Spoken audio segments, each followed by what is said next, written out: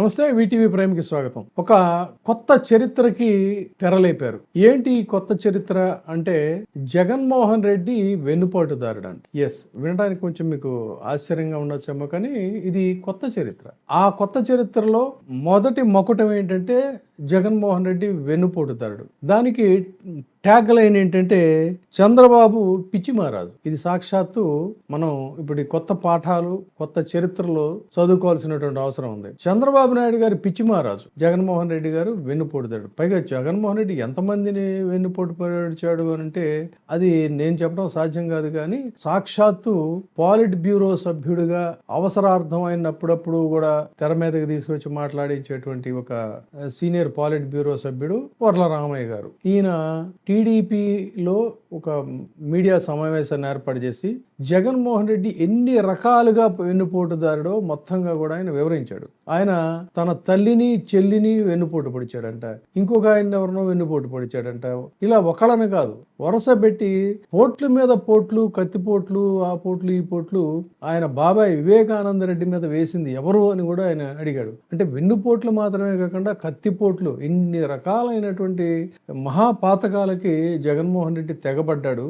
అందుకని అసలైన వెన్నుపోటుదారుడేమో ఈయన, కానీ పిచ్చి మహారాజు చంద్రబాబు నాయుడు గారిని పట్టుకుని మాత్రం వెన్నుపోటుదారుడు అంటున్నారు. అలాంటి పని కనుక ఎవరైనా చేస్తే వాళ్ళకి ఒక ట్యాగ్ లైన్ కూడా ఆయన తగిలిస్తానని కూడా ఏదో చెప్పి హెచ్చరించాడు. చాలా వీరావేశంగా మాట్లాడాడు, మామూలు ఆవేశం కాదు. ఆయనకి మొత్తం వాళ్ళతో ఒక పేపర్ మీద తయారు చేసి ఇచ్చినటువంటి ఇష్యూస్ అన్నిటినీ కూడా వరుసపెట్టి చదువుతూ ఎన్ని రకాలుగా జగన్మోహన్ రెడ్డి వెన్నుపోటుదారుడని ఒక నూతన చరిత్రని ఆవిష్కరించిన సందర్భంలో ఇక నుంచి మనం తర్వాత ఇంకొకటి కూడా ఆయన ఆశ్చర్యకరమైన అంశం ఏంటంటే ఆయన తండ్రి గారు హెలికాప్టర్ ప్రమాద ఘటనలో మరణించిన తర్వాత ఆయన అవయవాలన్నీ కూడా రాకముందే సంతకాలతో వాళ్ళ తండ్రికి వెన్నుపోటు పరిచాడంట. ఆల్రెడీ మరణించాడని ఆయనే చెప్తున్నాడు.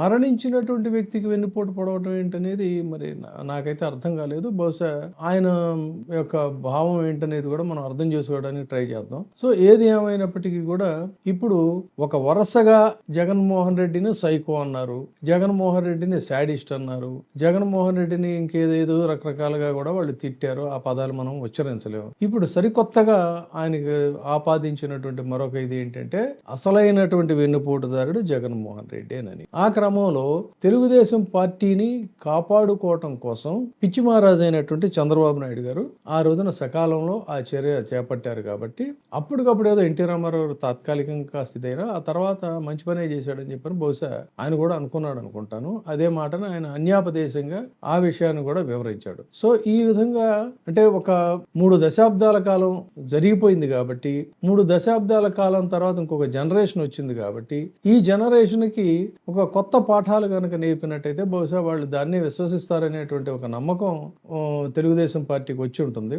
ఆ తర్వాత గతంలో దుష్టశక్తి అని పదే లక్ష్మీపార్వతి గారిని నిందించారు. మళ్ళీ తిరిగి అదే పదాన్ని ఈ రోజున తెర మీదకి తీసుకొచ్చి ఆ రోజున దుష్టశక్తి చేతుల్లో కనుక ఈ పార్టీ ఉంటే ఇది ఏమైపోయేది, అలాంటిది ఆ పార్టీని ఆయన కాపాడి దాన్ని ఈ రోజు వరకు కూడా నిలబెట్టాడు అనేది కూడా ఆయన వర్లవారి ఉవాచ. కాబట్టి ఇక్కడ మళ్ళీ తిరిగి దుష్టశక్తి అని చెప్పి లక్ష్మీపార్వతి గారిని అన్నందుకు ఆమె కౌంటర్ కూడా బహుశా ఉంటుంది. అది ఎలా ఉంటుందో చూడొచ్చు. అయితే జగన్మోహన్ రెడ్డి స్వయంగా ఆయన పార్టీ ఆయనే పెట్టుకున్నాడు. దాన్ని పట్టుకొని కూడా చంద్రబాబు నాయుడు గారు స్టేట్మెంట్లో అది ఫేక్ పార్టీ అని చెప్పని అన్నాడు.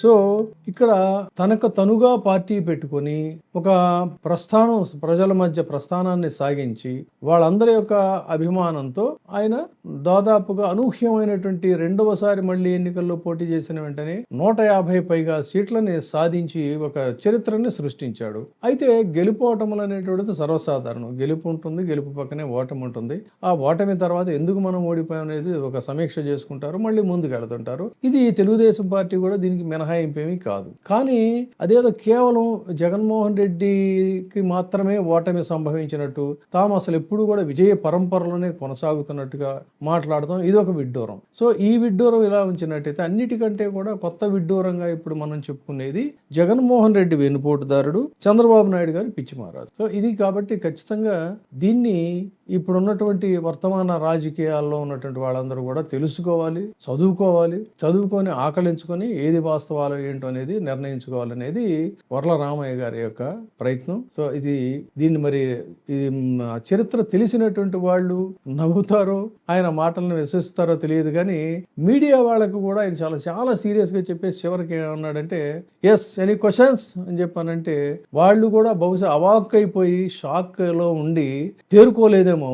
అందుకని సహజంగా ప్రెస్ మీట్ పెట్టినప్పుడు ఏవో 2-3 ప్రశ్నలు వస్తాయి, కానీ వాళ్ళెవరూ కూడా చాలాసేపు వాళ్ళు మాట్లాడిపోయేసరికి ఆయనే పక్కన ఉన్న బాటిల్ తీసుకుని నీళ్లు తాగేసి చూడంతసేపు అనర్గళంగా మాట్లాడాడు కదా కొత్త చరిత్ర గురించి. అది జరిగింది. సో ఈ పరిస్థితుల్లో ఈ నూతన చరిత్రకి ఆవిష్కరించి ఒక కొత్త దీనికి శ్రీకారం చుట్టినటువంటి ఆయనకి హ్యాట్స్ ఆఫ్ చెప్తూ, మరి దీన్ని ఏది నిజం, ఏది అబద్ధం, ఏది వాస్తవం, ఇప్పుడు జరుగుతున్న ఈ తమాషా ఏంటి అనేది మీరే నిర్ణయించుకుంటే బాగుంటుందని చెప్పాను. అంతిమంగా ఈ కొత్త చరిత్రలో ఉండేటువంటి హైలైట్స్ నేను మీకు అందిస్తాను. Thank you.